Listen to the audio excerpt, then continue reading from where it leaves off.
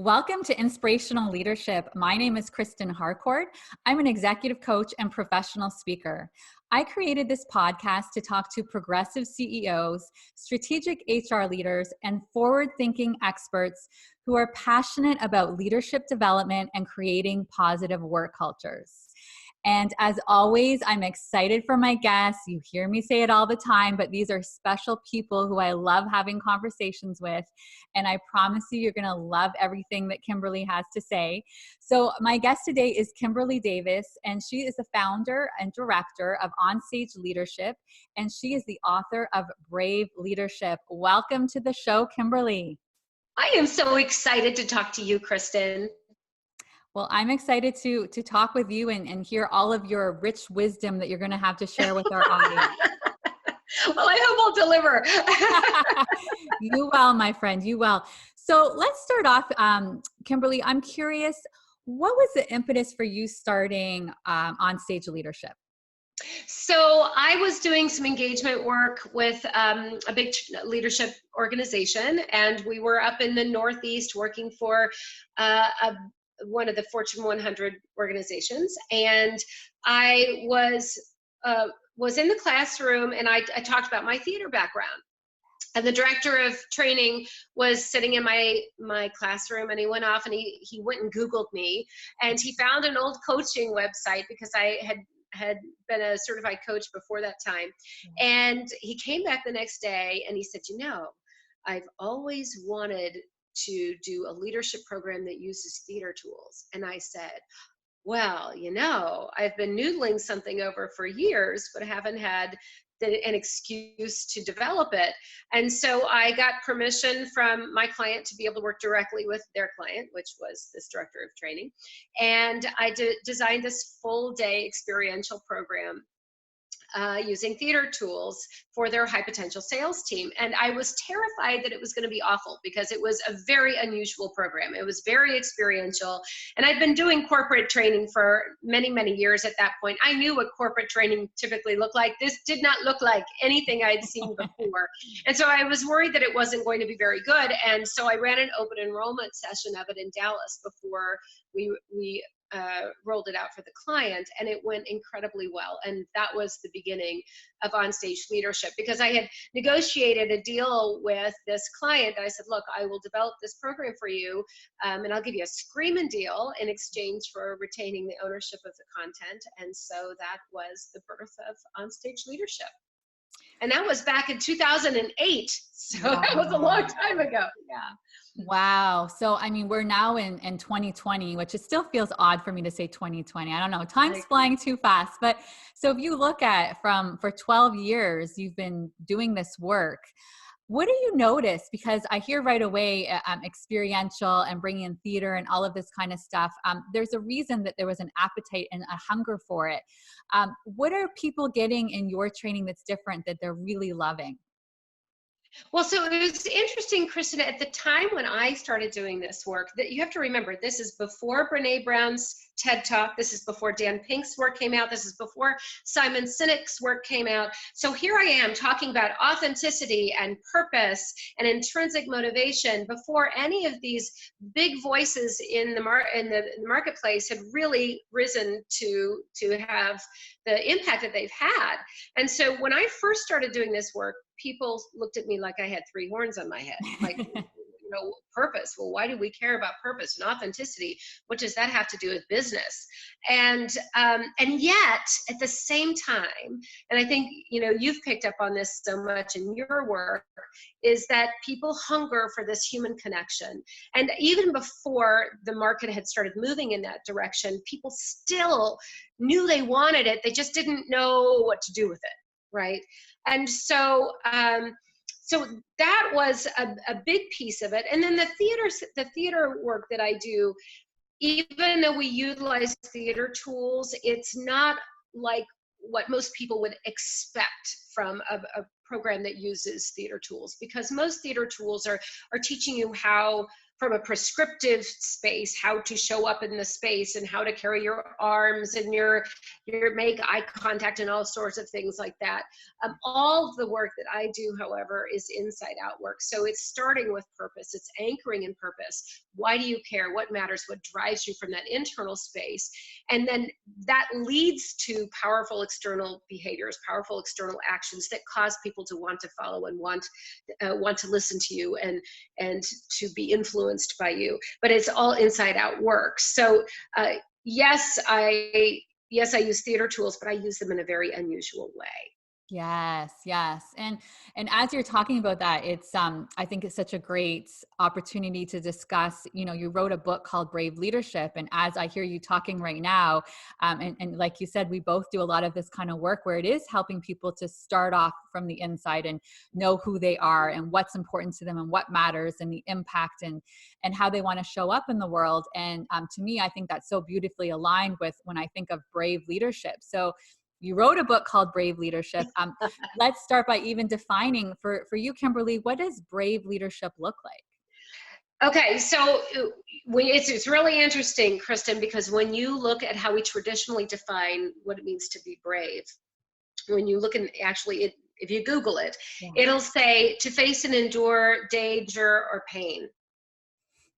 And so for myself, I knew that if we want to be brave. Everyone wants to be brave, but I knew that if I focused on enduring the danger and pain, all I would be thinking about is the danger and pain. So I had to, for myself, redefine what it means to be brave. So the way I define bravery is to be your best, most authentic and powerful self. Because I believe if you can do that, if you can really connect to who you are at your best, your most responsible, your most constructive self, that you can overcome the danger and pain. But if you focus on the danger and pain, it's going to stop you in your tracks. So for me, I had to redefine it. And then for leadership, I don't believe leadership has anything to do with title or position. I mean, certainly there are people with very fancy titles that would be considered leaders, but I can also think of a lot of people with very fancy titles who I would not consider to be a leader. So I look at leadership, true leadership, as someone people want to follow, not have to follow. And I don't mean want like a chameleon. They want to follow, like a lemming person. But I mean that they want to be a part of what you're doing. They want to listen. They want to give everything they've got. They want to be fully engaged. It's a heart connection that they're there because they choose it, not that they have to be there. And so brave leadership is you're showing up as your best, most authentic and powerful self, so people want to follow you, not have to follow you. It changes the way you show up in the world. Yeah, so beautiful and so needed. And why do you think there is such a disconnect with how, to me, it's like, of course, this is what leadership is about and how leaders should be showing up in organizations. But you and I both know that in a lot of organizations, that's not the case. What do you think are some of the reasons for that? Well, I think historically, I mean, if you look at how corporate America and corporations grew, historically, the industrial age required a very different kind of leadership, right? Command and control would actually work in the industrial age. And now we expect people to bring their brains to work with that. We want them to think creatively, and we want them to make strategic decisions and think about what's right for the business and manage their own time and resources and all of these different things that during the industrial age were not things that we expected of people. And because we're asking exponentially more from people, it requires them to make choices about how they spend their time and the choices they make for the business. So many of the reasons that we're still seeing what would be considered ineffective leadership, and I don't want to call it bad leadership, because back in the industrial age, that leadership was actually pretty effective, but it doesn't work in today's world. But a lot of the reasons we're still seeing it is because many of the senior leaders in today's workplace learned how to lead in a very different era.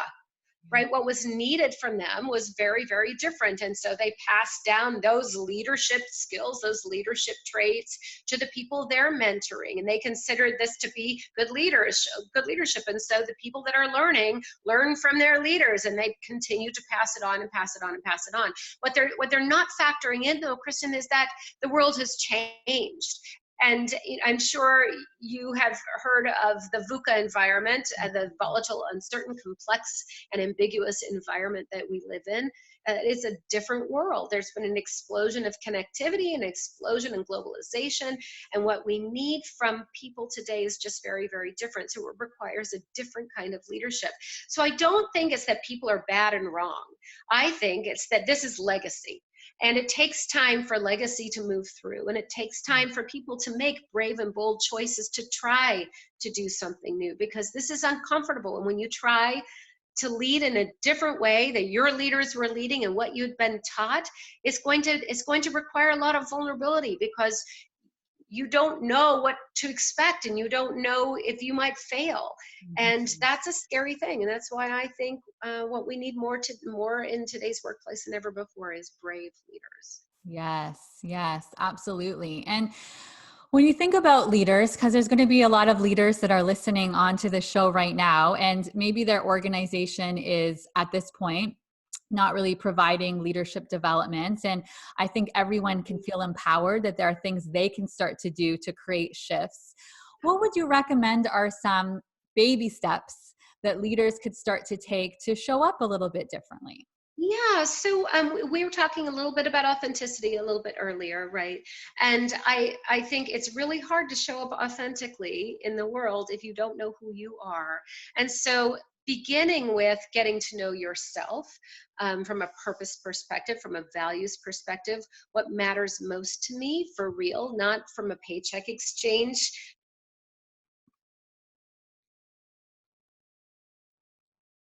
Oh, your volume went. And I do for the sake of what?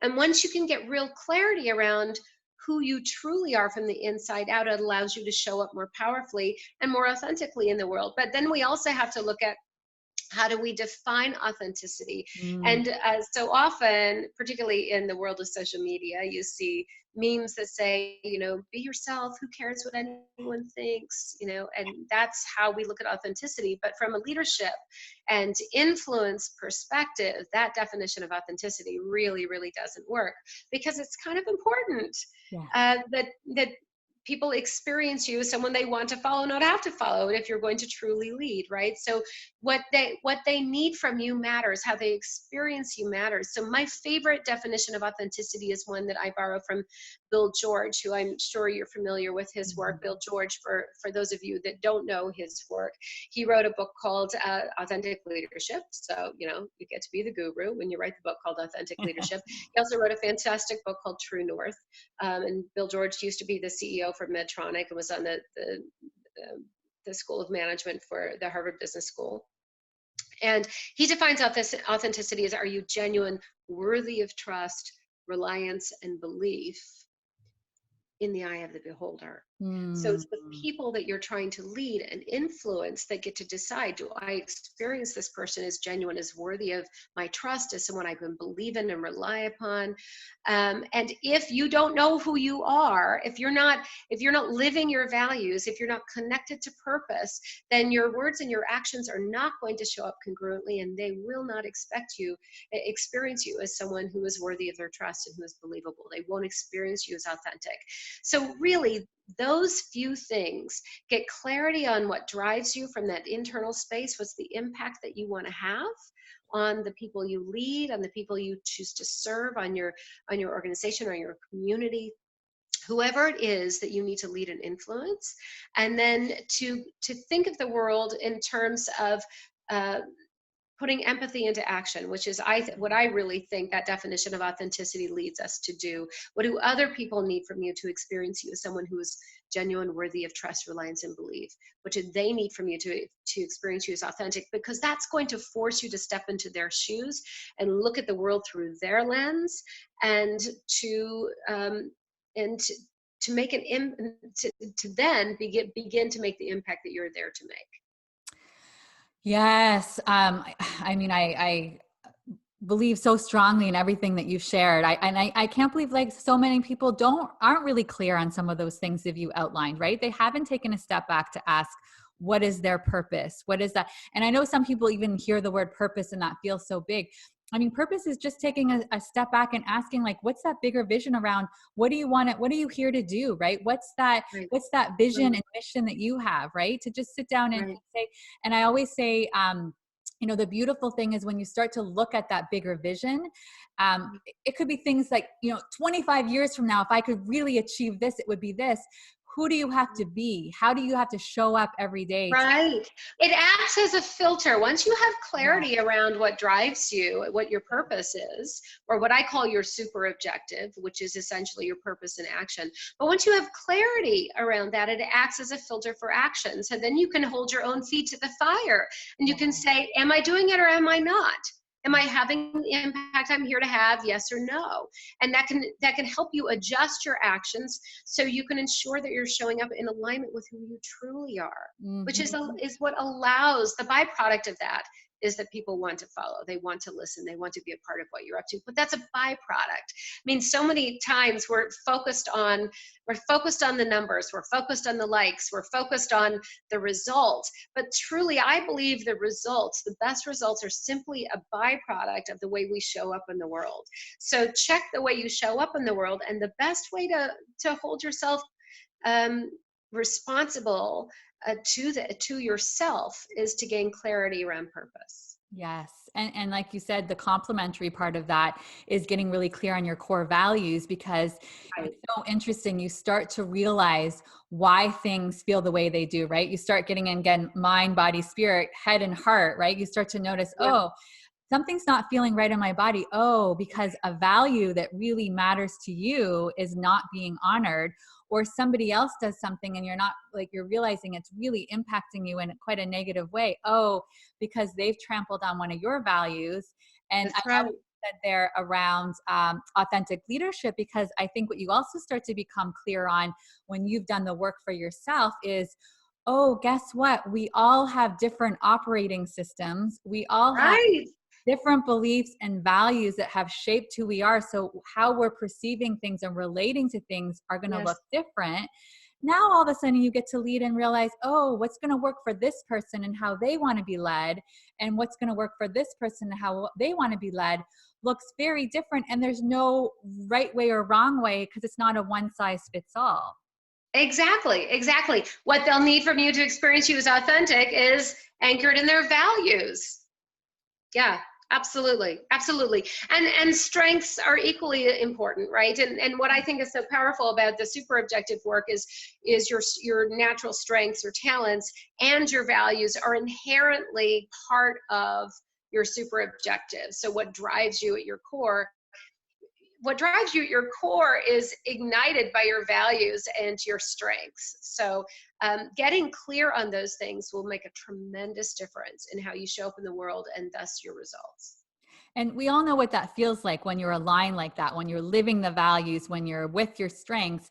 There's this beautiful flow and high energy that comes from it. So it's such a beautiful way to show up in the world, because you're using those natural gifts and talents that you were born with that are to be used to ultimately serve and have an impact, which is Exactly, and work amazing. stops feeling like work all the time, Yeah. right? Yeah.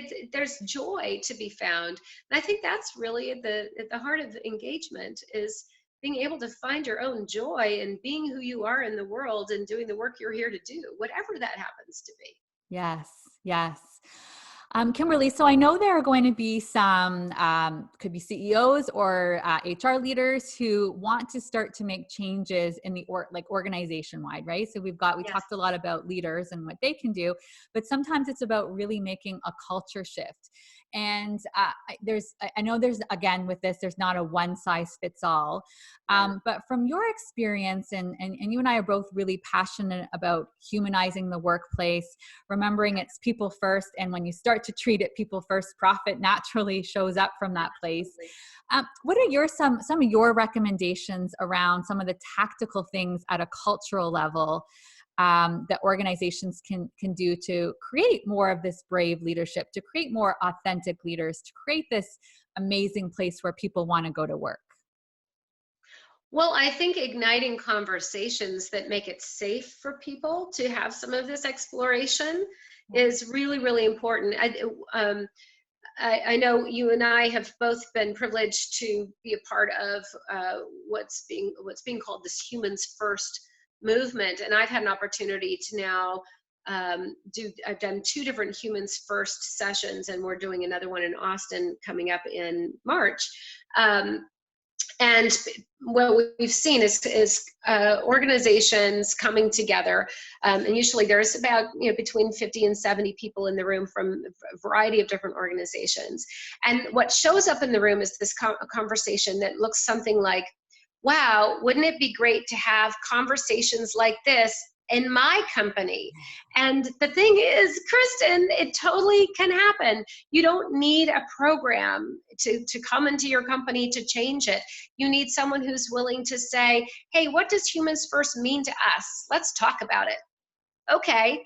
And create a safe space where people can have conversations about it. And I think that is a really, really big beginning to making culture change, is creating a safe space where people can talk about what it means to be human at work, and how can we humanize our own workplace, and what does that mean from a personal responsibility? So you cascade it down. So you create the safe place, you create the conversations, and let it cascade down into personal responsibility, and you will see culture change much faster than if you start putting in 50 different systems that cost millions of dollars.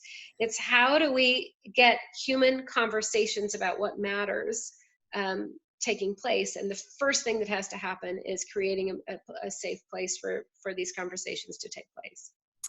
You've brought up such a really important point, Kimberly, because I think that's what can happen often is it's easier to not go in the place that might be more vulnerable and to ask those conversations. Yeah. So instead, we'll just go into this thing and then get into the tactical and be pushing it out. And we've all seen the beautiful checkbox exercises, right? Oh, values, check. This, right. This system, check. But what didn't happen, which is we both know the most important piece, is actually way before that, which is having a really open dialogue and conversation around where they currently are. And like you said, just starting off was like, what does it mean to be a human first workplace? Yeah. Like, what does that look like? Well, and I think the thing is it's not a single, I think a lot of companies will have the conversation. We're going to have a conversation, and we're going to roll out our survey, and then we're going to do the values work, and we're going to, like you said, check off the boxes. But it can't be a single conversation. It's got to be an ongoing dialogue. Right. Yeah. And the other thing is that if you're creating a safe space, what that looks like is leaders have to be willing to model what they're not doing well. And I think one of the most powerful moments in the Humans First Charlotte session in Charlotte, North Carolina, that I did was a woman who was a VP. And she talked about how she had totally blown it for her team, how she had used intimidation to try to move the ball forward, and then she was embarrassed, and so she stopped engaging in dialogue, and she took full ownership of the things that she was doing that was dehumanizing the work and really causing a lot of strife and tension and toxicity and all sorts of things. And then it was, what did I learn? She talked about what she learned about that, how she wants to be different, and what she's going to do to hold herself accountable. And hearing this woman who had a very impressive title own where she had missed the mark, and make that, in doing so, that made it possible for everyone else in that room to look at themselves, to hold up the mirror to themselves and say, where am I missing the mark? What could I do better? But what I believe very, very firmly is that as leaders, we have a responsibility to take our masks down and be vulnerable and let people to see our humanity before they're willing to say, what can I do differently too? And so that's what I'm talking about when we're talking about creating safe spaces. So how do you do that? Not just as a one-off, company meeting, but how do you do that is in terms of creating ongoing dialogue, Yeah. so people have a place to not just complain, right? But people have a place to dream about wouldn't this be wonderful if we could do this? And okay, great. So how do you envision this happening? And what part do you want to play in this? And what are you going to do differently? And it shouldn't fall just on HR's shoulders, Yes. because a human workplace belongs to all of us. It does not belong to one department. No. And it is far too big of a challenge for one department to take on. It belongs to every single human being in that organization. What do you envision? What kind of place would make you be excited about coming to work? What role do you want to play in that? And when we all take ownership, then it makes it better for everyone. Yes, yeah, and I've heard times where, oh, HR owns culture. No, no, No, HR no, doesn't no, no. own culture. Like, where I don't know where you heard this. If you heard this in a meme somewhere, the meme is not right. It's not Yeah, correct. that's right. That's It's right. absolutely each one of us own culture and how we show up. But I think that's such a really important example around. And I talk about this all the time, but I never get tired of saying it because I think it's really relevant to all areas of our life, which is actions speak louder than words. And it's like that whether you're a parent, it's like that whether you're a leader in an organization. Right. People learn so much more through watching and seeing what you do. So Absolutely. taking responsibility, and guess what? We're all human. And if we say, yeah, you know what? I didn't handle that as best as I could. This is maybe what I'm going to try Yeah. next time. This Yeah. is maybe where I was coming from and why I reacted in this way. And again, a good reminder that when one person's vulnerable like that, it always encourages and creates more space for others to stand up and be vulnerable in the same way. Absolutely, absolutely. And again, I think this goes back to legacy leadership, where it used to not feel safe to show your mistakes. Yes. That would be a very dangerous thing to do in the past. And to be honest, you have to know your culture, right? Because in some cultures, it still can be that way. But I will tell you, if you can slowly let people see who you are as a human, people will crawl over broken glass to follow a leader that they see as a human being who believes in them. Yeah. And if you want to just get a paycheck exchange, then you can show up otherwise. But if you really want the best out of your people, then you have a responsibility to let them see you. Mm-hmm. Mm-hmm. Mm. And the gift in it is you're actually, as a leader, for anyone who's listening right now, you're actually going to feel so much more fulfilled because you're showing up as who you are. Absolutely. Absolutely. It's exhausting to not be yourself Yeah. every day when you go to work. And it makes all the difference in the world. Mm-hmm. Mm-hmm. So, Kimberly, as always, we could talk for many hours. We're very passionate about this subject, and I'm personally am so happy to see, even in the last 15 years and the work that I've done in workplaces, to see the shifts, to see the progress, to see all of the changes that are happening. To me, it makes me really excited. But I'd love to. I always like my guests to leave you with one, final piece of wisdom. If there was one thing you would want people to know, what would you like to leave them with? So something I say often is that your focus determines your bravery. So if you focus on what you can't be, what you can't do, what you can't have, you're going to live into that focus. If you focus on the pain and danger, it will stop you in your tracks. But if you focus on the impact that you want to have, it will allow you to step into your brave. So challenge your focus. Your focus determines your bravery. Ah, beautiful, beautiful parting words. Everyone listen to Kimberly.